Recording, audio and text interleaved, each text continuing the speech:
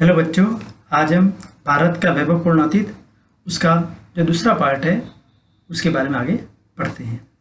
पूर्व हम वेदों के बारे में पढ़ रहे थे, उसको आगे बढ़ाते हैं।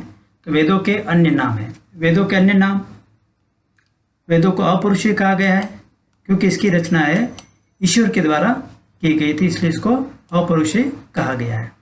हमारे ऋषियों ने लंबे समय तक जिस ज्ञान का साक्षात्कार किया उसका वेदों में संकलन किया गया, इसलिए वेदों को संहिता कहा जाता है।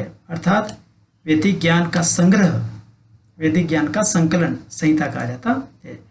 प्रारंभ में इनको लिपिबद्ध नहीं किया गया था, मौखिक रूप से सुनाकर इन्हें निरंतर रखा गया, इसलिए इन्हें श्रुति भी कहा जाता है। अर्थात प्रारंभ में यह ज्ञान ऋषियों से शिष्यों के द्वारा मौखिक परंपरा से आगे बढ़ा, इसलिए इन्हें श्रुति भी कहा जाता है। वेदों की संख्या 4 है: ऋग्वेद, यजुर्वेद, सामवेद और अथर्ववेद।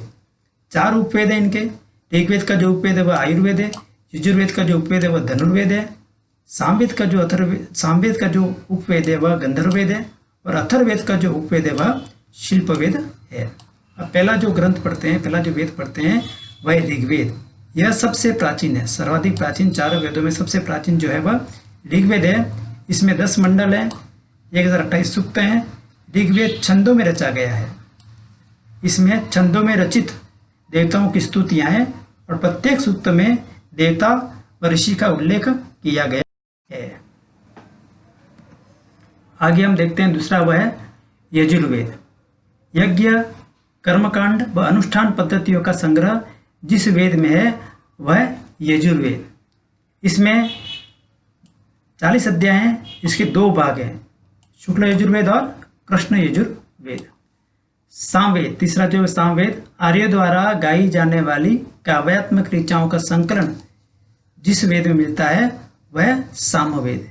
इसमें कुल 1801 मंत्र हैं, जिसमें से केवल 75 नए हैं, शेष ऋग्वेद से लिए गए हैं। ये मंत्र यज्ञ के समय देवताओं की स्तुतियों में गाए जाने वाले हैं। अर्थात वह वेद जो कि गायन से संबंधित है, और वह वेद है सामवेद। अथर्ववेद, जिसकी रचना अथर्वा नामक ऋषि ने की थी, इसलिए इसको अथर्ववेद कहा जाता है।